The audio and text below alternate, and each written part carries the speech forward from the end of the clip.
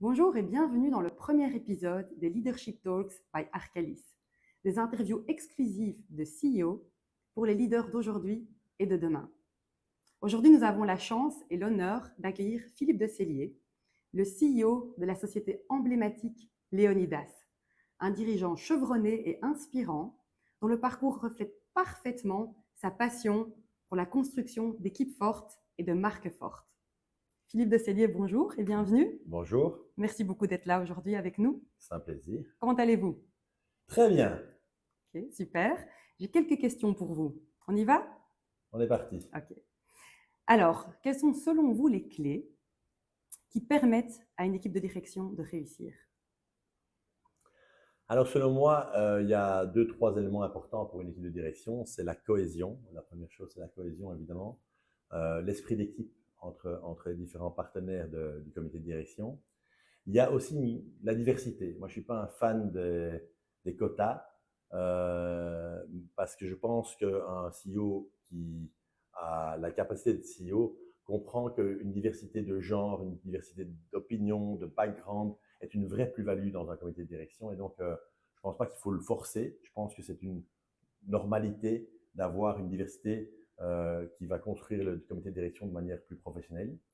Et enfin, je crois qu'il faut être probablement aligné sur des valeurs qui sont les mêmes, certainement au niveau professionnel. Les valeurs privées, ça dépend évidemment de chacun, mais en tout cas, les valeurs professionnelles doivent être les mêmes.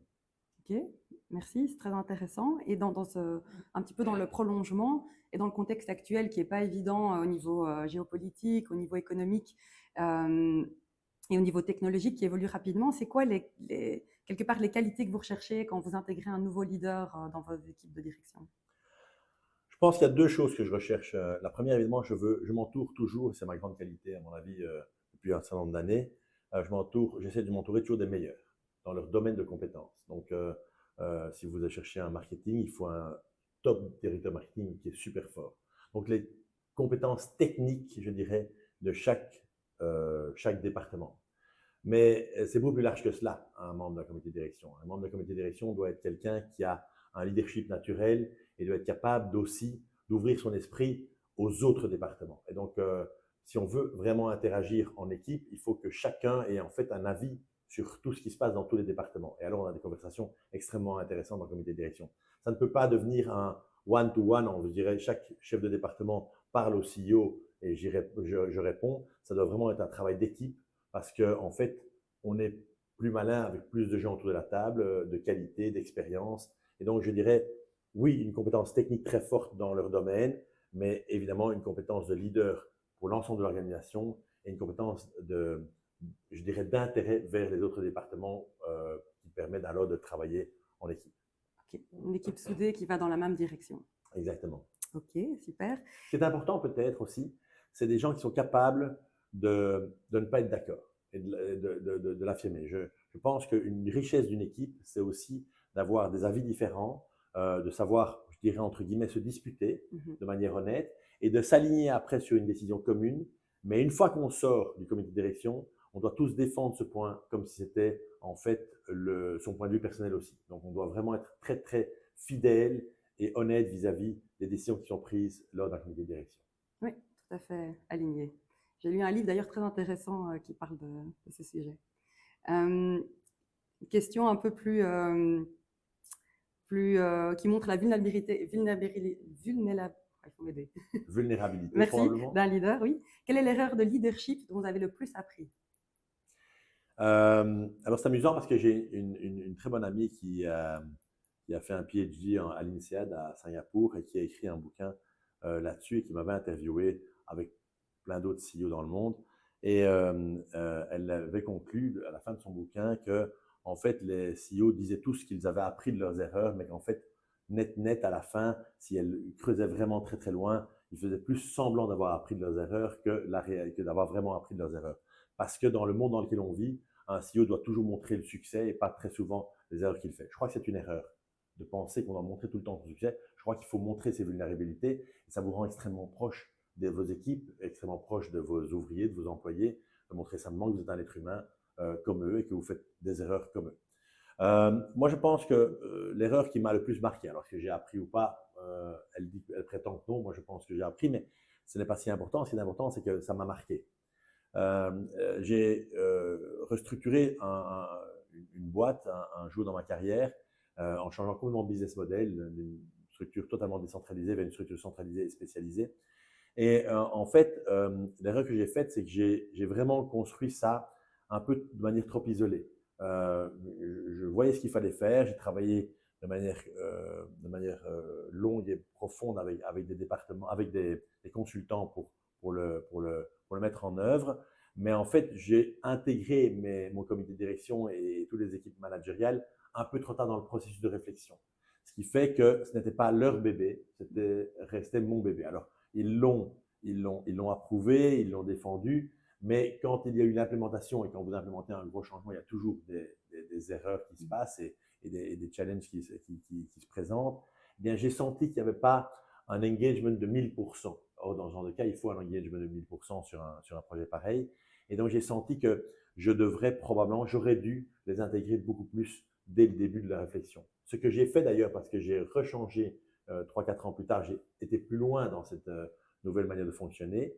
Et dès que j'ai eu la première idée, en fait, je les ai intégrés dans le processus de décision et de réflexion surtout, pour décider ensemble. Et ça s'est beaucoup mieux passé en termes d'implémentation. Donc, le conseil que j'aurais à donner, c'est vraiment, même si vous avez des bonnes idées, dès le début, faites-les challenger par les équipes autour de vous et que ça devienne leur bébé et pas le vôtre.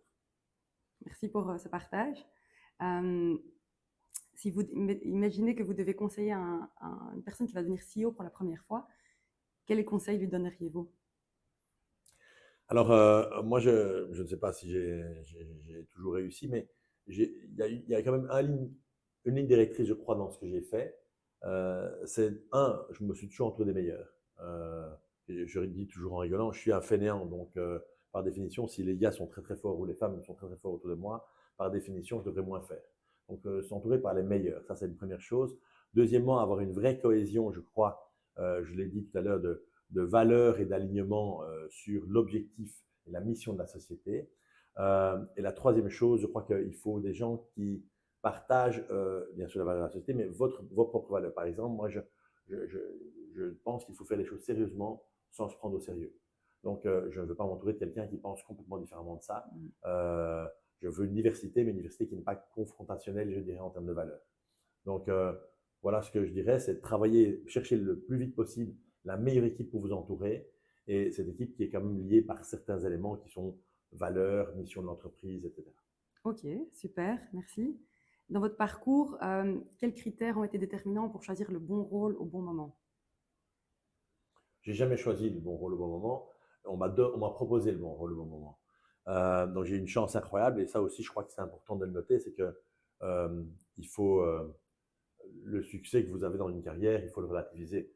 Il faut beaucoup, beaucoup de chance. Bien sûr, vous devez vous donner les meilleurs moyens pour voir les chances passer, mais il faut de la chance, il faut le bon timing, il faut des patrons qui pensent à vous au bon moment, et donc il faut de la chance.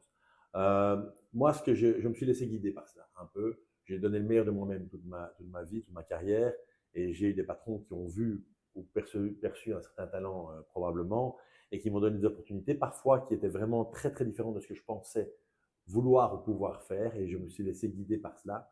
Parce qu'un de mes patrons m'a dit un jour, il faut prendre un risque par jour dans la vie, et je crois que c'est assez vrai. Donc, je me suis laissé guider. Donc, j'ai eu des rôles très surprenants par rapport à certaines expériences du passé que j'avais, donc vraiment sorti de ma zone de confort, et j'ai adoré ça. Et c'est ça qui probablement qui m'a construit de manière assez large.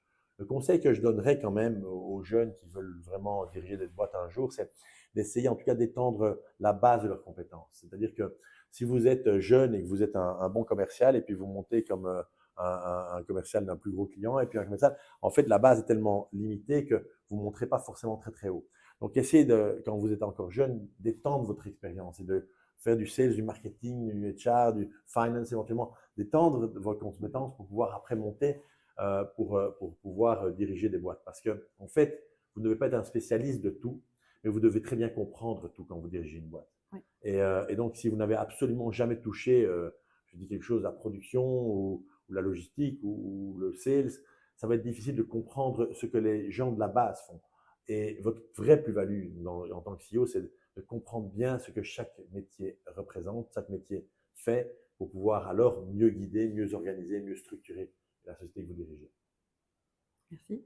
Les parcours en Z, c'est sûr que c'est la clé, effectivement, pour pouvoir avoir une carrière enrichissante. Et c'est ce que je donne souvent comme expérience. J'adore évidemment développer les gens, c'est ma passion. Je trouve ça fantastique. Et en tant qu'être humain, c'est notre rôle, je pense. J'ai eu beaucoup de chance, je touche du bois dans ma vie, dans ma carrière, et il faut que les gens qui sont sous mon leadership en fait bénéficient de la même chance. Ils ont le talent, l'envie, etc. évidemment. Et donc souvent, je leur dis qu'il faut sortir de leur zone de confort, changer parfois de département. C'est pas forcément pour leur destination finale de changer de département, mais ça leur donne une expérience qui peut être très utile quand ils reviendront dans leur compétence initiale ou la compétence qu'ils veulent développer à fond. Ok, super. Et alors, ma dernière question, en 3 mots, comment est-ce que vous décrivez la culture d'entreprise de Leonidas? La passion, c'est incroyable cette boîte. Moi, j'ai travaillé 17 ans chez Coca-Cola. Je ne croyais jamais trouver une boîte où j'allais avoir autant de passion que chez Coke. Et après 8 jours, je suis tombé amoureux de cette boîte parce que j'ai rencontré 100 personnes de la société dans les 8-15 premiers jours en one-to-one, des ouvriers, des employés, des cadres et des dirigeants. Et en fait, c'était extraordinaire cette passion. Ça se transpirait. La gentillesse, la passion, c'est incroyable ce qu'ils ont. L'esprit familial, c'est une boîte qui reste une boîte familiale. Alors, on est une grosse boîte, mais on reste avec un esprit familial, ce qui est assez exceptionnel et qui nous lie probablement tous. Et puis, je pense l'esprit d'équipe, parce que je crois que pour se lever tous les matins, pour venir travailler, on travaille dur, on a des responsabilités en tant que CEO, c'est fatigant parfois. Je crois que quand vous avez une certaine expérience et de la bouteille un peu comme j'en ai, je crois que vous devez vous lever pour autre chose que juste l'obtention d'un résultat. Vous devez vous lever pour le plaisir de rencontrer des collègues, pour le plaisir de créer des équipes, pour le plaisir de voir des gens heureux, pour le plaisir de donner des opportunités de carrière à des jeunes ou moins jeunes. C'est le plaisir qui drive la vie professionnelle à partir d'un certain âge. Quand vous êtes plus jeune, vous drivez votre vie professionnelle par l'ambition, par la carrière, par parfois l'intérêt du pouvoir, des responsabilités, certains pour l'argent. Mais moi, ça n'a jamais été le cas, l'argent, mais pour toute une série de raisons qui sont celles-là, aujourd'hui, quand vous avez cette bouteille, vous n'avez plus l'ambition personnelle, vous avez une ambition de société, une ambition de vous amuser en fait dans le boulot. Et c'est ça qui drive, c'est l'esprit d'équipe probablement, la troisième chose qui est une valeur assez importante chez les LAS. Ok, en tout cas, un tout grand merci pour cette interview très intéressante. Merci. Je vous remercie pour votre écoute et on se retrouve avec plaisir bientôt pour un nouvel épisode des Leadership Talks by Arcalis.